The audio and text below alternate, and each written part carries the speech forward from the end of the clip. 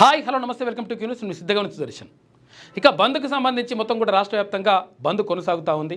అయితే బంద్ జరిగింది చాలా చోట్ల. అయితే విషయం ఏంటంటే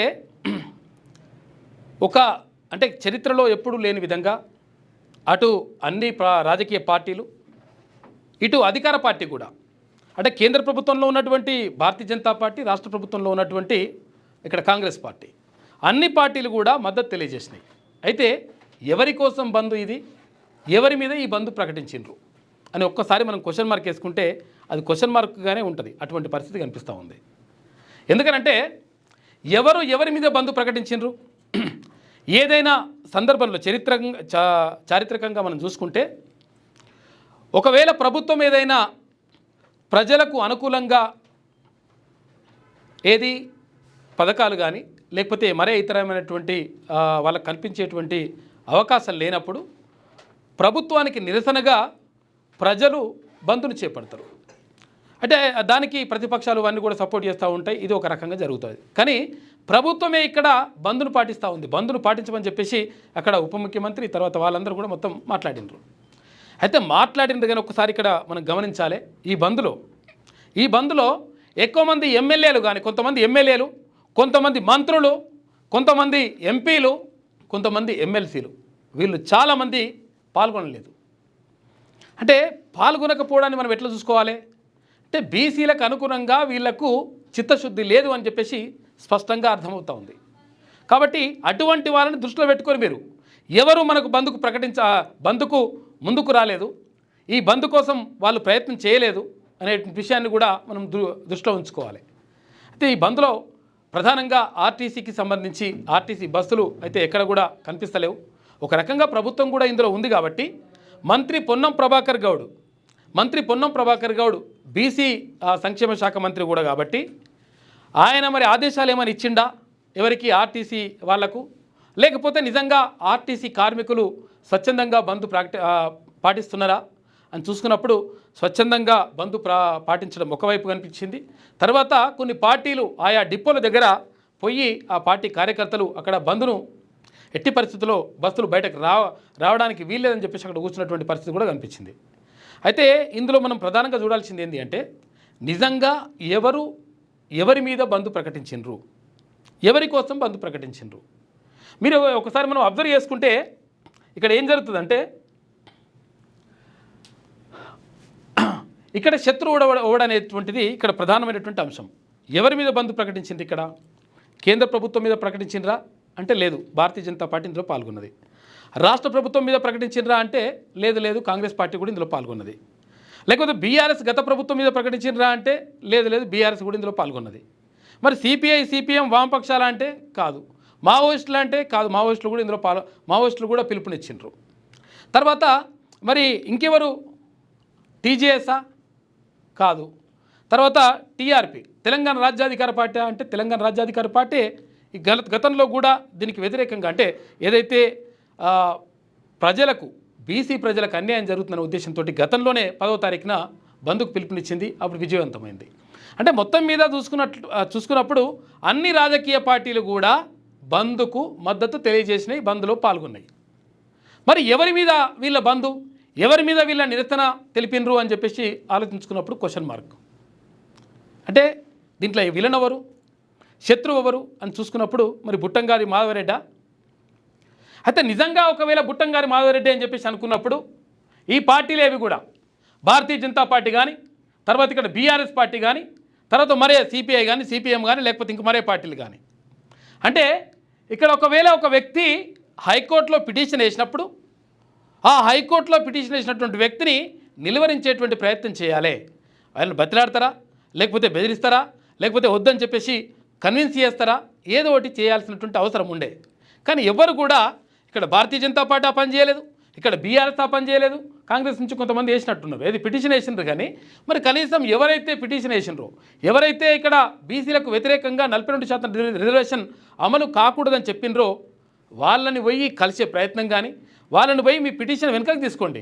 ఇప్పుడు విషయం ఏంటంటే ఇంత తతంగం అంతా జరగడానికి కారణం ఏంటి అంటే ఆ పిటిషన్ వేయడం. ఆ పిటిషన్ వేసినటువంటి వ్యక్తి ఆ పిటిషన్ని వెనుకకు తీసుకుంటే ఇంకా అసలు యాక్చువల్గా సుప్రీంకోర్టు అవసరం లేదు, హైకోర్టు అవసరం లేదు, ఏ కోర్టు అవసరం లేదు. డైరెక్ట్గా పిటిషన్ వెనుక తీసుకుంటే ఎవరు కోర్టు పోకపోతే ఆటోమేటిక్గా తెలంగాణ రాష్ట్రంలో 42% రిజర్వేషన్ అమలైపోతుంది. కానీ ఈ పిటిషన్ వేసినటువంటి వ్యక్తిని నిలువరించేటువంటి ప్రయత్నం ఎవరు కూడా చేయలేదు. మరి తర్వాత ఇంకోటి ఏంటంటే నాయకులు అని చెప్పుకుంటారు ఎవరైతే ఉన్నారో వాళ్ళు బంద్కు పిలుపునిచ్చిండ్రు. ఏమని కాంగ్రెస్ పార్టీ ఎవరు కాంగ్రెస్ పార్టీ రాష్ట్ర అధ్యక్షుడు మహేష్ కుమార్ గౌడ్ చెప్పిండు, అటు కేటీ రామారావు చెప్పిండు బీఆర్ఎస్ పార్టీ నుంచి, ఇటు భారతీయ జనతా పార్టీ నుంచి రామచంద్రరావు చెప్పిండు. మంచిగా ఉన్నది కథ. కానీ మరి వీళ్ళు పాల్గొన్నారా? వీళ్ళు పాల్గొనేటట్టుగా వాళ్ళ క్యాడర్ని చూసినరా? వాళ్ళ ఎమ్మెల్యేలు కానీ వాళ్ళ ఎంపీలు కానీ ఈ బంద్లో పాల్గొన్నారా అంటే కొంతమంది మాత్రమే పాల్గొన్నారు. మిగతాలందరూ కూడా ఉద్యమ ద్రోహులు, బీసీ ద్రోహులుగా మనం గుర్తుపెట్టుకోవాలి. ఎందుకంటే వీళ్ళు ఎవరైతే ఈ బంద్కు పిలుపునిచ్చి ఆ తర్వాత బంద్కు మద్దతు తెలిపినట్టుగా కలరింగ్ ఇచ్చి బంద్లో పాల్గొనలేదు అంటే బీసీ ద్రోహులుగా మనము అర్థం చేసుకోవాల్సిన అవసరం ఉన్నది. ఇప్పుడు ఇక్కడ ఏమవుతుంది, ఇప్పుడు బీజేపీ ఉంటే బీజేపీ బంద్కు పిలుపునిస్తే బీజేపీలో ఉన్నటువంటి బీసీలు, ఎస్సీలు, తర్వాత ఎస్టీలు వీళ్ళు మాత్రమే, లేకపోతే మైనార్టీలు వీళ్ళు పాల్గొన్నారు. తర్వాత కూడా ఒకవేళ ఇక్కడ బీఆర్ఎస్ ఉంటే బీఆర్ఎస్లో కూడా వీళ్ళే పాల్గొన్నారు. ఎవరు? బీసీ, ఎస్సీ, ఎస్టీ, మైనార్టీలు, తర్వాత కొంతమంది అగ్రవర్ణ పేదలు. తర్వాత ఇక్కడ కాంగ్రెస్ పార్టీ ఉంటే కాంగ్రెస్ పార్టీలో కూడా ఇదే జరిగింది. అంటే మన కోసం వచ్చినప్పుడు బీసీలకు సంబంధించినటువంటి అంశం చర్చకు వచ్చినప్పుడు బీసీలకు సంబంధించినటువంటి అంశం పైన ఒక బలమైనటువంటి నిరసన తెలపాల్సి వచ్చినప్పుడు వీళ్ళు కలిసి రావట్లేదు. ఎవరు? అగ్రవర్ణాలు కలిసి రావట్లేదు.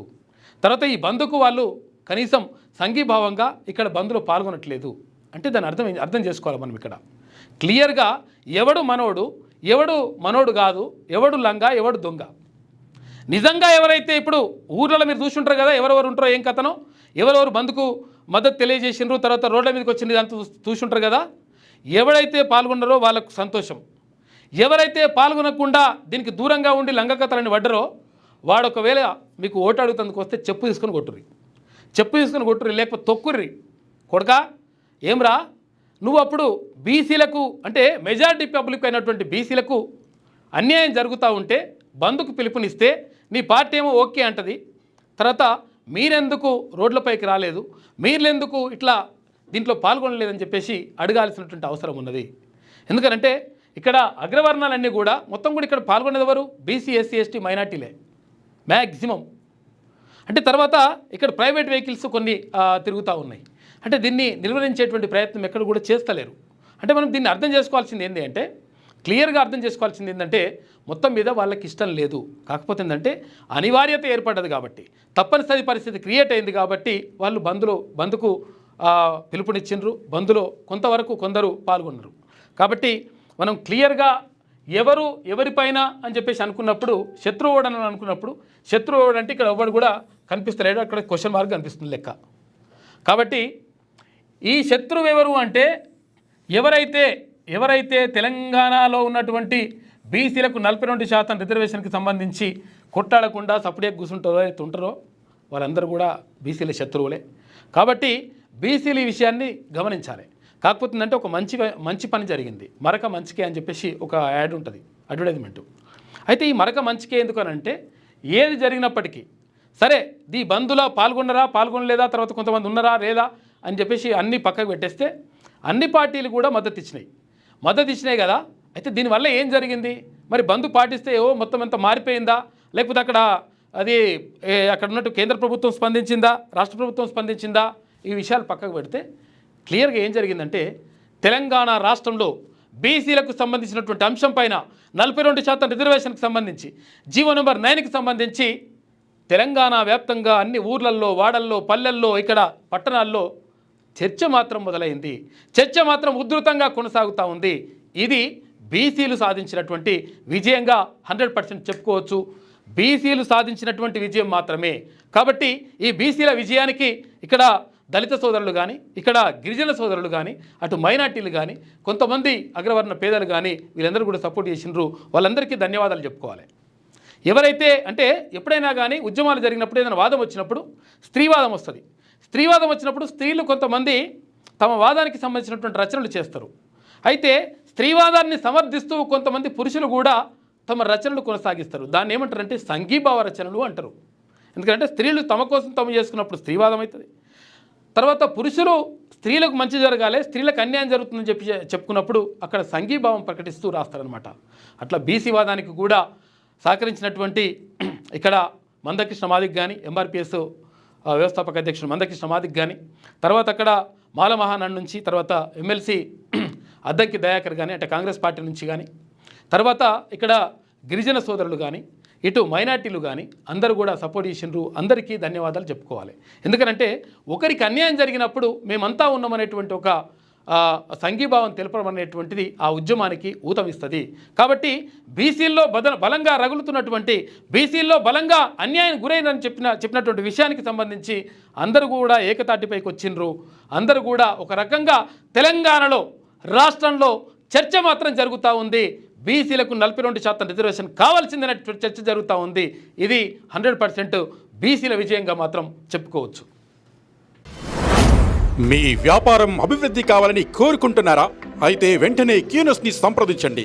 Schools, colleges, banks, shops, office promotions, land promotions, political promotions, restaurant promotions, hospital promotions, పుట్టినరోజు వేడుకలు, శుభకార్యాలు, వ్యాపారాలు ఏవైనా, సందర్భం ఏదైనా ఇప్పుడే క్యూనస్ ద్వారా తెలియజేయండి.